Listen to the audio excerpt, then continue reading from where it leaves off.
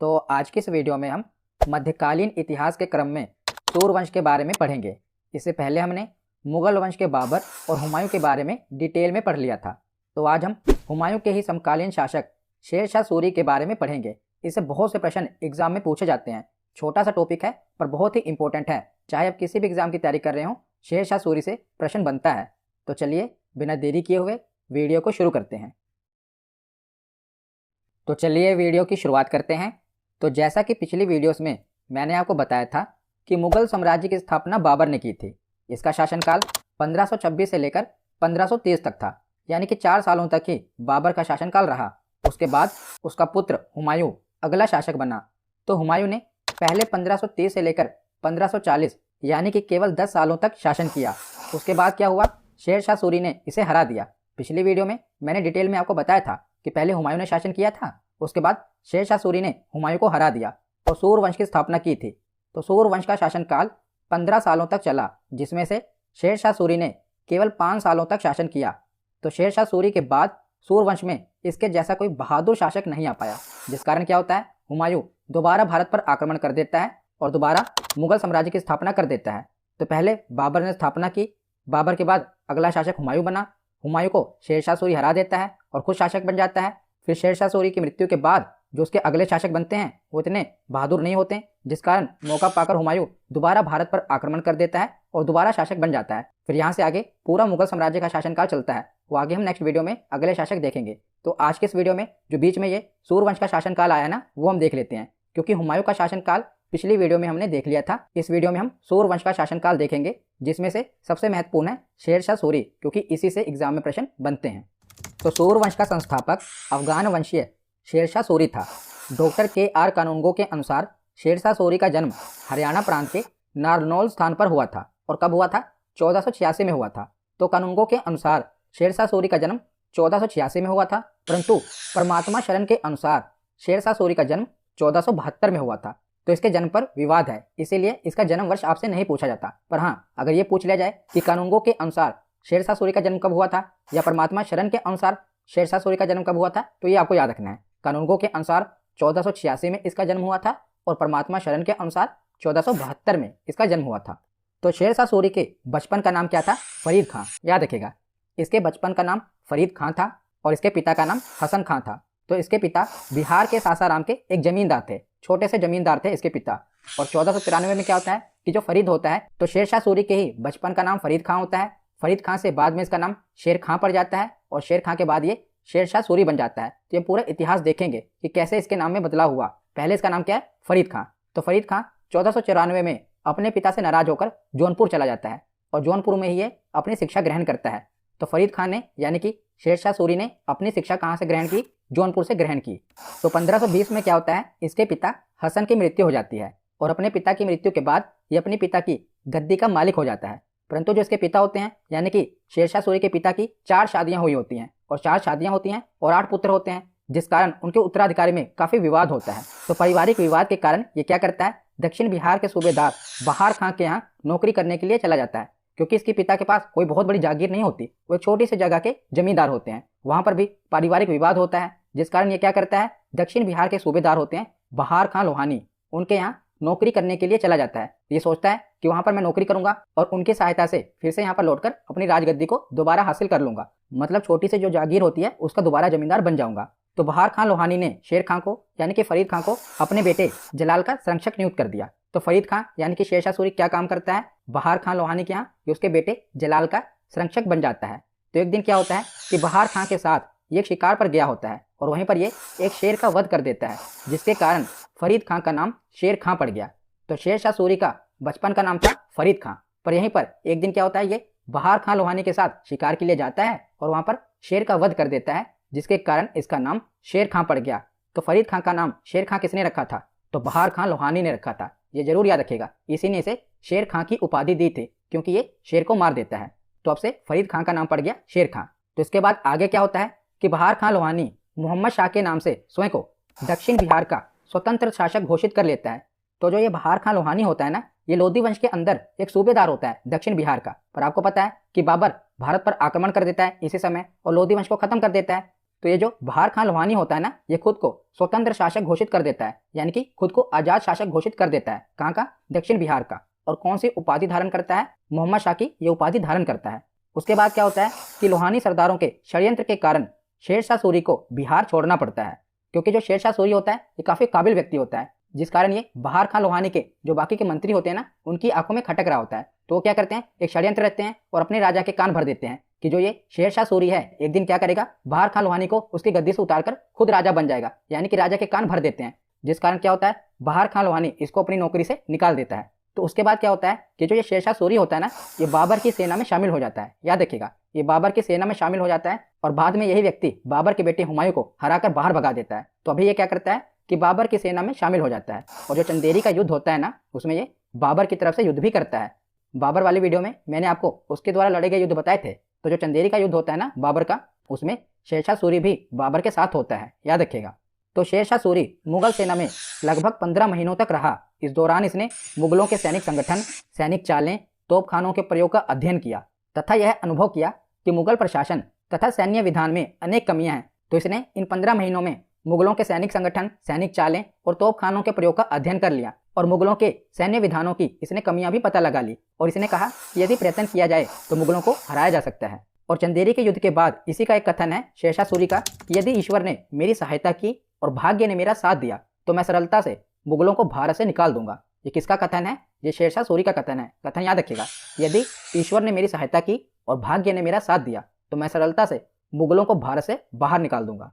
तो जब बाबर ने चंदेरी का युद्ध किया था ना, तो शेर शाह सूरी की सेवाएं बाबर के लिए काफी लाभदायक सिद्ध हुई थी। शेर शाह सूरी था, ये काफी बहादुर व्यक्ति था।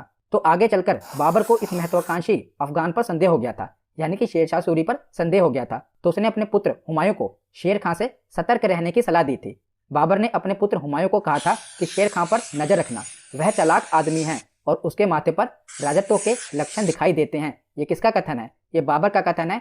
इसने अपने बेटे हुमायूं को कहा था कि जो शेर खां है इस पर नजर रखना, यह चालाक आदमी है और इसके माथे पर राजत्व यानी कि राजा बनने के लक्षण दिखाई देते हैं। तो बाबर को पहले ही पता चल गया था कि व्यक्ति आगे चलकर राजा बन सकता है, इसीलिए उसने अपने पुत्र हुमायूं को सतर्क किया था। तो बाद में शेर खां को भी लगा कि मुगलों के साथ उसका अब निर्वाह नहीं हो पाएगा, अब मुगलों के साथ उसका गुजारा नहीं हो पाएगा। तो 1528 के अंत में शेर खां मुगलों की नौकरी छोड़कर पुनः बिहार के सुल्तान मोहम्मद शाह, जो बहार खान लोहानी था ना, जिसने इसको बाहर निकाल दिया था, उसके पास ये दोबारा लौट आता है और सुल्तान ने भी इसका स्वागत किया, यानी कि बहार खान लोहानी ने भी इसका स्वागत किया और दोबारा से इसे नौकरी पर रख लिया, क्योंकि ये काफी बहादुर व्यक्ति था। और दोबारा से इसे अपने अल्पसंख्यक पुत्र जलाल खां का संरक्षक नियुक्त कर दिया। किसे? शेर खां को। तो आगे चलकर क्या होता है कि 1528 में सुल्तान मोहम्मद शाह की यानी कि बहार खान लोहानी की मृत्यु हो जाती है और उसका उत्तराधिकारी जलाल खां नाबालिग था। जो उसका बेटा था जलाल खां, वो अभी नाबालिग था।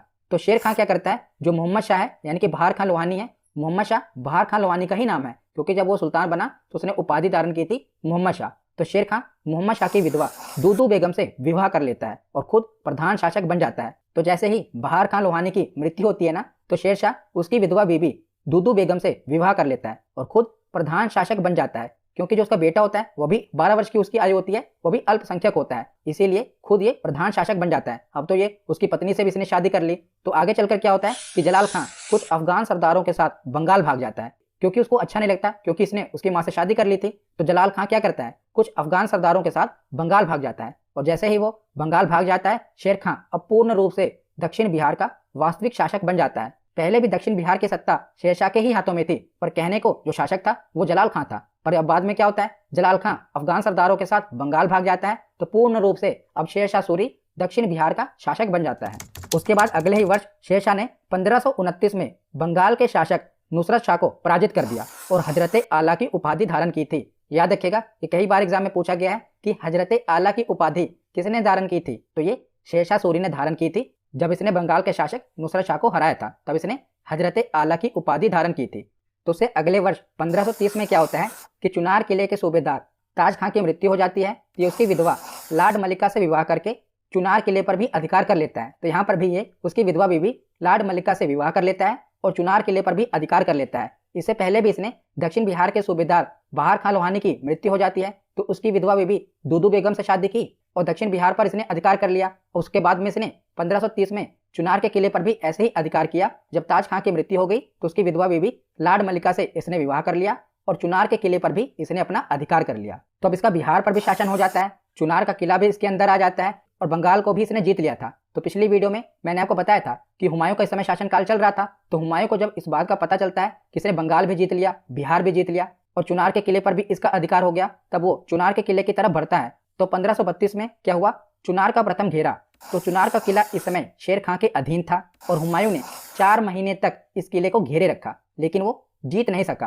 क्योंकि ये किला अभेद था। उसने क्या किया, किले को चारों तरफ से घेर लिया। पिछली वीडियो में मैंने आपको बताया था, पर वो किले को जीत नहीं पाया। पर हुमायूं ने 4 महीने तक किले को घेरे रखा, जिस कारण क्या हुआ, किले के अंदर राशन पानी की जो सप्लाई है वो बंद हो गई। तो शेर खां बाद में लड़ने की स्थिति में नहीं रहा और उसने हुमायूं के साथ संधि कर ली, याद रखिएगा। तो यहाँ पर शेर खां ने हुमायूं के साथ संधि कर ली। तो उसके बाद 1537 में चुनार का द्वितीय अभियान होता है। तो शेर खां ने 1537 में बंगाल पर दोबारा आक्रमण किया था और इस अवसर पर बंगाल के शासक गियासुद्दीन मोहम्मद शाह ने हुमायूं से सहायता की मांग की थी, परंतु उस समय हुमायूं ने उसकी सहायता नहीं की, यानी कि गियासुद्दीन मोहम्मद शाह की सहायता नहीं की और शेर खां ने उस समय भी बंगाल को जीत लिया था। उसके बाद क्या होता है, हुमायूं ने शेर खां के चुनार किले पर आक्रमण कर दिया और 6 महीने के घेरे के बाद चुनार के किले को जीत लिया। इससे पहले जब हुमायूं ने चुनार के किले को घेरा था तो उसने संधि की थी, चुनार के किले पर विजय प्राप्त नहीं की थी, पर इस बार हुमायूं ने चुनार के किले को जीत लिया था। और चुनार के किले को जीतने के बाद हुमायूं आगे बढ़ता है और बंगाल पर भी अधिकार कर लेता है। तो यहाँ पर चुनार का किला भी शेर खां के हाथों से चला जाता है और बंगाल भी शेर खां के हाथों से चला जाता है, पर शेर खां हार नहीं मानता। अब हम आगे देखते हैं।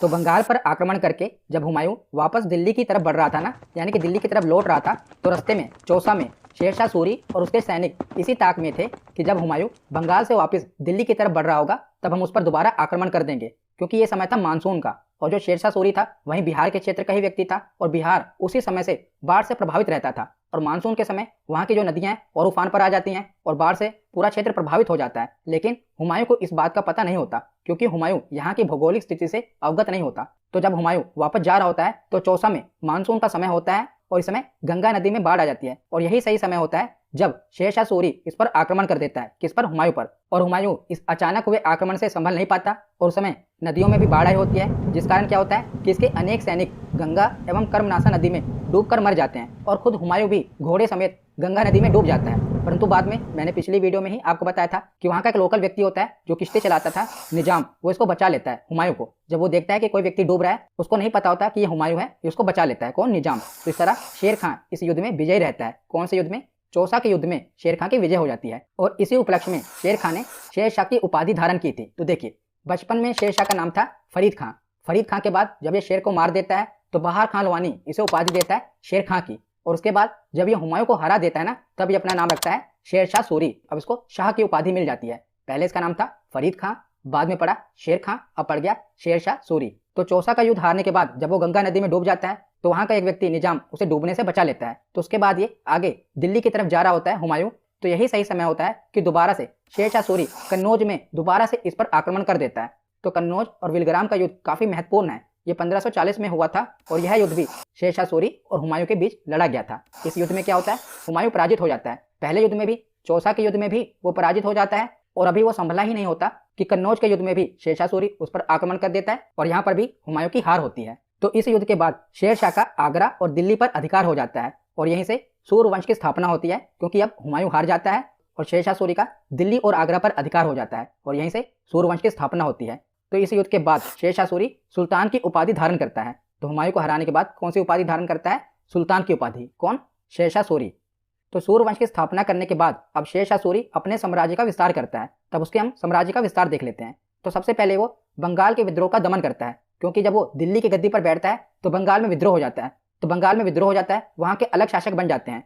तो 1541 में ये बंगाल के विद्रोह का दमन करता है। तो उस समय बंगाल के गवर्नर होते हैं खिद्र खां। तो इन्होंने 1541 में विद्रोह कर दिया। तो इसने क्या किया, बंगाल के विद्रोह को दबा दिया और बंगाल को 19 सरकारों में बांट दिया। सरकार यानी कि जैसे आजकल राज्य में जिले होते हैं ना, तो उसी प्रकार सरकार यानी कि जिले। तो 19 सरकारों में इसने पूरे बंगाल को बांट दिया और प्रत्येक सरकार में एक शिकदारान की यानी कि एक सूबेदार की नियुक्ति कर दी जो सुल्तान के सीधे नियंत्रण में था। तो इसने बंगाल को छोटे छोटे टुकड़ों में बांट दिया, छोटे छोटे सरकारों में बांट दिया और वहां पर हर एक सरकार का एक अधिकारी बना दिया, क्योंकि अगर छोटे टुकड़े में कहीं पर विद्रोह होगा तो उसे दबाने में आसानी होगी। अगर पूरे बंगाल में एक साथ विद्रोह हो जाए तो उसे दबाने में आसानी नहीं होगी। इसीलिए इसने उसे छोटे छोटे टुकड़े 19 सरकारों में बांट दिया और 19 सरकारों के अलग अलग अध्यक्ष बना दिए, ताकि अगर कहीं पर भी इसके खिलाफ विद्रोह हो तो उसे आसानी से दबाया जा सके। तो सबसे पहले इसने शासक बनने के बाद बंगाल में विद्रोह का दमन किया। उसके बाद अगले ही वर्ष 1542 ईस्वी में इसने मालवा पर विजय हासिल की। तो इस समय मालवा का शासक था मल्लू खां, जिसे कादिर शाह के नाम से भी जाना जाता है। तो इसने अपनी राजधानी उज्जैनी में शेर शाह का स्वागत किया था। किसने? मल्लू खां ने। और मालवा राज्य खुद ही शेर शाह को सौंप दिया था, यानी कि इसने खुद ही शेरशाह सूरी की अधीनता स्वीकार कर ली थी। तो उसके अगले वर्ष रायसीन पर भी ये विजय हासिल कर लेता है शेरशाह सूरी। यहाँ का राजा होता है पूरनमल चौहान, और पूरनमल चौहान बहुत ही बहादुर शासक होता है। तो शेरशाह सूरी ने रायसीन दुर्ग के किले को चालाकी एवं धोखे से विजित किया था, और इसके जीवन में ये एक ही कलंक था, बहुत ही इंपॉर्टेंट है। इसके पूरे जीवन काल में एक ही काला धब्बा इस पर लगा था, रायसीन किले पर विजय हासिल की थी। तो क्या थी इसकी कहानी, मैं आपको बताता हूँ। तो इतिहासकारों के अनुसार जब शेरशाह सूरी रायसीन के दुर्ग को जीत नहीं पाता है ना, तो पूरनमल से संधि करने के लिए कहता है। पर पूरनमल संधि के लिए तैयार नहीं होते, वो भी एक बहादुर शासक होते हैं, और उनके मन में यह भी था कि शेर खां विश्वासघात न कर दे। तो शेर खां ने क्या किया, पूरनमल को विश्वास दिलाने के लिए कुरान पर हाथ रखकर ये कसम खाई थी वो किसी को मारेगा नहीं, किसी की हत्या नहीं करेगा, कि अगर पूरनमल खुद अपने किले को और धन को सौंप देंगे किसे, शेरशाह सूरी को, तो शेरशाह सूरी किसी पर आक्रमण नहीं करेगा। तो जिसके बाद क्या होता है, राजा पूरनमल किले से बाहर आ जाते हैं, और किले के बाहर उन्होंने संधि कर ली, और रात को वो एक तंबू में रुकते हैं। पर शेरशाह सूरी क्या करता है कि रात को ही उस तंबू को घेर लेता है और आक्रमण कर देता है, यानी कि अपने वादे से, अपनी कसम से मुकर जाता है। तो यही इसके पूरे जीवन काल में एक कलंक था, क्योंकि यहाँ पर इसने कुरान पर हाथ रखकर ये कसम खाई थी और ये विश्वास दिलाया था कि अगर राजा अपने किले को सौंप दे तो ये उस पर आक्रमण नहीं करेगा, फिर भी ये आक्रमण कर देता है। तो ये इसके जीवन का एक कलंक था, याद रखिएगा, जो इसने रायसीन पर विजय ली थी। तो उसके बाद ये आगे बढ़ता है और मारवाड़ पर भी विजय हासिल कर लेता है। तो मारवाड़ का शासक होता है मालदेव, और ये काफी बहादुर शासक होता है। यहाँ के राजपूत काफी बहादुरी से इसका सामना करते हैं। राजपूतों के शौर्य से इतना प्रभावित हुआ, किसने कहा था कि मुट्ठी भर बाजरे के लिए मैं हिंदुस्तान को प्राय खो चुका था, क्योंकि वहाँ के राजपूत इतने बहादुरी से लड़ते हैं कि इसको लग गया था कि ये हार जाएगा, परंतु किसी तरह ये जीत जाता है। इसीलिए इसने कहा था कि थोड़ी जगह के लिए ये हिंदुस्तान की गद्दी खो सकता था। इसीलिए इसने कहा था कि मुट्ठी भर बाजरे के लिए मैं हिंदुस्तान को प्राय खो चुका था। तो मारवाड़ के राजपूत बहुत ही बहादुरी से इसका सामना करते हैं, परंतु बाद में इसको मारवाड़ पर विजय मिल जाती है। उसके बाद इसका आखिरी अभियान होता है कलिंजर अभियान, जो कि ये 1544 में करता है। तो कलिंजर के शासक होते हैं कीर्ति सिंह। तो कलिंजर का घेरा लगभग 7 महीनों तक पड़ा रहा, और जब किले को ये विजित नहीं कर पाया, तब शेर शाह ने मई 1545 में किले की दीवार को गोला बारूद से उड़ा देने की आज्ञा दी। तो क्या होता है कि शेरशाह सूरी कलिंजर के किले पर आक्रमण कर देता है, परंतु ये कलिंजर के किले को भेद नहीं पाता। तो 7 महीनों तक इसने कलिंजर के किले को पहले घेरे रखा, और बाद में ये आदेश दे दिया कि तोप के गोले से इस किले की दीवार को तोड़ दिया जाए। परंतु क्या होता है, जब इसने आदेश दिया होता है ना कि तोप के गोले से किले की दीवार को तोड़ दिया जाए, तो जब सैनिकों ने तोप का गोला चलाया तो उसी में से एक गोला किले की दीवार से टकराकर फटता नहीं है, वापस आ जाता है। और जहां पर बारूद रखा होता है ना, बाकी का जो बारूद होता है, गोले पड़े होते हैं, वहीं पर वो गोला आकर फट जाता है, और उसी के बगल में शेरशाह सूरी खड़ा होता है, जिस कारण शेरशाह सूरी के बगल में तोप का गोला फटने के कारण शेरशाह सूरी जल जाता है। मतलब कि आधे से ज्यादा शरीर इसका जल जाता है, पूरी तरह से ये घायल हो जाता है उस तोप के गोले के कारण। तो युद्ध सामग्री में आग लगने से शेरशाह गंभीर रूप से घायल हो गया और इसकी मृत्यु हो गई, परंतु मरने से पहले इसे किले को जीतने का समाचार मिल चुका था। तो जब इसका शरीर पूरा जल गया ना, तो इसके सैनिक उठाकर इसको अलग ले जाते हैं। लेकिन फिर भी ये कहता है कि तोप के गोले चलाने जारी रखो, यानी कि हमें किसी भी हाल में ये कलिंजर का किला जीतना है। तो ये मरने की हालत में होता है, फिर भी ये अपने सैनिकों को मोटिवेट करता रहता है। तो जब इसके सैनिक कलिंजर के किले को जीत लेते हैं और इसको बताते हैं कि हमारी विजय हुई, तो विजय सुनने के बाद इसकी मृत्यु हो जाती है, यानी कि मृत्यु से पहले ये किले के जीतने के समाचार को प्राप्त कर चुका होता है। उसके बाद इसकी मृत्यु हो जाती है। तो शेरशाह सूरी के बाद इसके 2 बेटे होते हैं, इसके उत्तराधिकारी, एक आदिल खां और एक जलाल खां। तो आदिल खां इसका बड़ा पुत्र होता है। तो अपनी मृत्यु से पहले ये कहकर गया होता है कि मेरे बाद मेरा उत्तराधिकारी आदिल खां बनेगा, परंतु अगला शासक बन जाता है इसका छोटा वाला पुत्र जलाल खां। तो इसकी मृत्यु से पहले शेर शाह ने अपने बड़े पुत्र आदिल खां को अपना उत्तराधिकारी नियुक्त किया था, परंतु इसकी मृत्यु के 3 दिन बाद अर्थात 25 मई 1545 ईस्वी को अफगान सरदारों के सहयोग से इसका छोटा बेटा जलाल खां अगला शासक बन जाता है। किसके सहायता से? अफगान सरदारों की सहायता से। और शासक बनने के बाद ये अपना नाम रख लेता है इस्लाम शाह।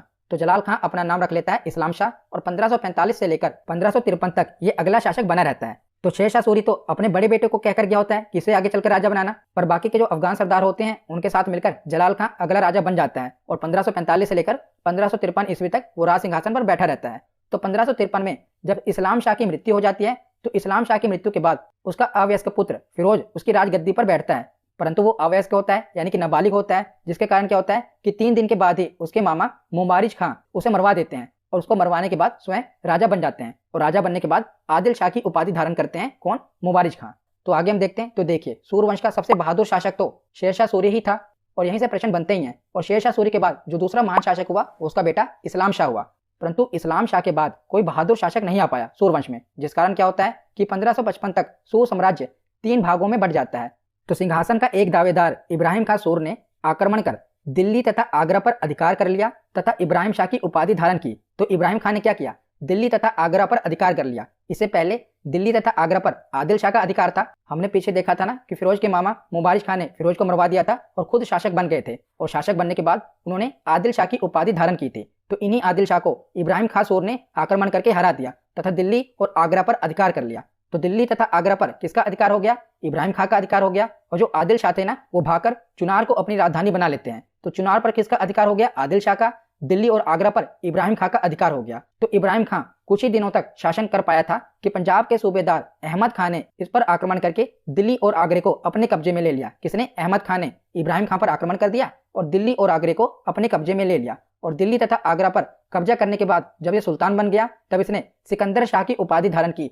तो आप देख रहे हैं, जब भी कोई सुल्तान बनता था तो अपनी एक उपाधि धारण कर लेता था। तो इसने भी, अहमद खां ने भी सुल्तान बनने के बाद सिकंदर शाह की उपाधि धारण की। तो उसके बाद क्या होता है कि सरहिंद का युद्ध होता है 1555 में। मैंने पिछली वीडियो में डिटेल में बताया था कि हुमायूं को पता चल जाता है कि इस समय भारत में कोई मजबूत शासक नहीं है, तो दोबारा आक्रमण कर देता है। सरहिंद के युद्ध में हुमायूं ने सिकंदर शाह को हरा दिया और पुनः भारत में मुगल साम्राज्य की स्थापना कर दी। तो सरहिंद के युद्ध के बाद दोबारा से मुगल साम्राज्य की स्थापना भारत पर हो जाती है और सूर वंश का अंत हो जाता है। तो आगे हम देख लेते हैं कि सूर वंश का भू राजस्व व्यवस्था कैसे थी।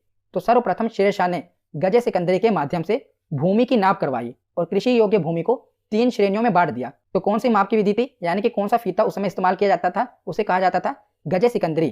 तो गजे सिकंदरी के नाप के आधार से इसने कृषि भूमियों को 3 श्रेणियों में बांटा था। पहली थी उत्तम भूमि, दूसरी मध्यम, तीसरी निम्न श्रेणी। यानी कि जो भूमि जितनी उपजाऊ थी उसी के हिसाब से इसने उसे बांटा था। तो तीनों का औसत उपज निकालकर 1/3 भाग भू राजस्व निर्धारित किया था। किसने, शेरशाह सूरी ने। 1/3 लगान था और इस व्यवस्था को जाब्ती प्रणाली के नाम से जाना जाता है। तो शेरशाह सूरी ने और भी जो कर लगाए थे वो देख लेते हैं। तो खिराज, ये भूमि कर होता था जो कि औसत उपज का 1/3 भाग होता था, 1/3 हिस्सा होता था। दूसरा था जरीबाना, ये भूमि के नाप के लिए उपज का 2.5% देना होता था। जब भूमि की नाप होती थी तो उपज का 2.5% कर लगता था, जिसे जरीबाना कहा जाता था। तीसरा होता था महासिलाना, ये राजस्व अधिकारियों के लिए उपज का 5% होता था। तो आपको ये नहीं याद रखना कि कितना प्रतिशत होता था, बस आपको ये जानकारी होनी चाहिए कि ये कर किसके समय लगते थे, खिराज, जरीबाना और महासिलाना शेरशाह सूरी के समय। उसके बाद आगे देखते हैं।